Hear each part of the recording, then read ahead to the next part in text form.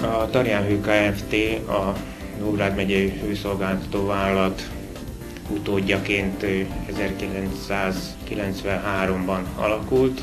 Salgótarján távhőszolgáltatása feladata, 100%-os önkormányzati tulajdonú cég. 1993-ban még a régi rendszer átvételével alakult újjá. Új fűtőművet építettek, megszűnt a régi erőműves távhőszolgáltatást, ezért is alapították az utódcéget, hogy átvegye a régi gőz alapú távhőszolgáltatás helyett a melegvíz alapú távhőszolgáltatást. A cég új fejlődési pályára kellett, hogy álljon, hiszen 91-ben teljesen megszűnt az állami támogatás. 96-ban indult egy komoly fejlesztési program, ami gyakorlatilag a mai napig meghatározza a cég működését. 3850 lakossági fogyasztót látunk el, és legalább ennyi hőteljesítménynek megfelelő közületet, 500 közületi fogyasztónk van, amelyekben közintézmények, gyárak, illetve lakóépületekben lévő nem lakossági célú üzletek, egyéb helységek szerepelnek. A cég fejlesztési programja arra irányult, hogy bevezettük a kapcsolt hő és villamos energiatermelést, a teljes nyári hőkapacitásra méretezett kapcsolt termelést valósítottunk meg. Ezen kívül komoly fejlesztések történtek a vezetékhálózatban, hőközpontokban, teljes hőközpont rekonstrukció volt a városban, minden lakosság és közületi hőközpontot felújítottunk. A jelenlegi hőközpontjaink távfelügyeletek, központi szabályozásúak, időjárás függő szabályozással vannak ellátva. Egy modern, a mai kor színvonalának megfelelő technikai eszközökkel rendelkezünk. A fogyasztói kör változatlan, néhány leválás történt, de új fogyasztóink is lettek. Ezek közé tartozik a Estéglaz Rt., illetve a Salgótarján acéláru gyár részvénytársaság irodaépülete.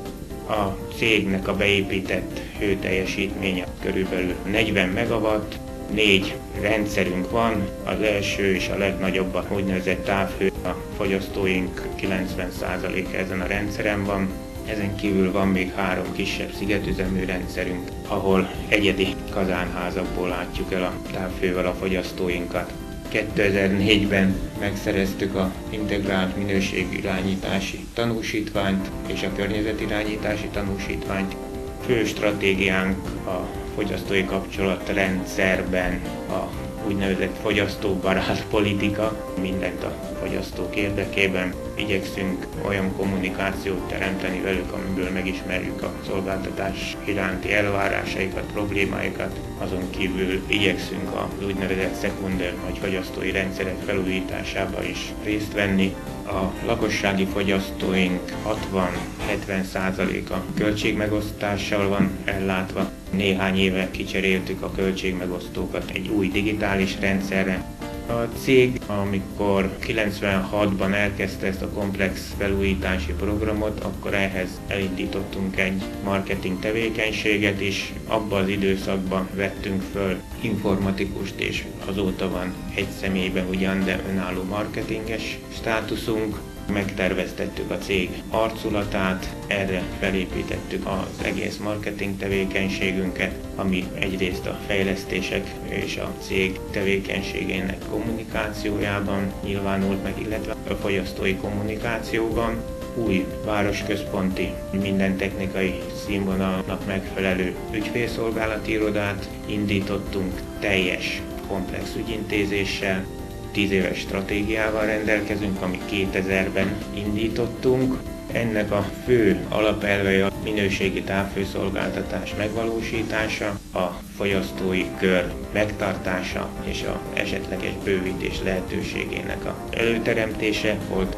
Én úgy gondolom, hogy ha itt az uniós elvárásoknak megfelelően kialakul majd az a gáztarifa rendszer, ami az uniós országokban is van, akkor lehetőség lesz arra, hogy a távhő fölvegye a versenyt az egyedi gázfűtéssel, és bízunk benne, hogy nem a távhőről való lecsatlakozás, hanem a rácsatlakozás lesz a téma.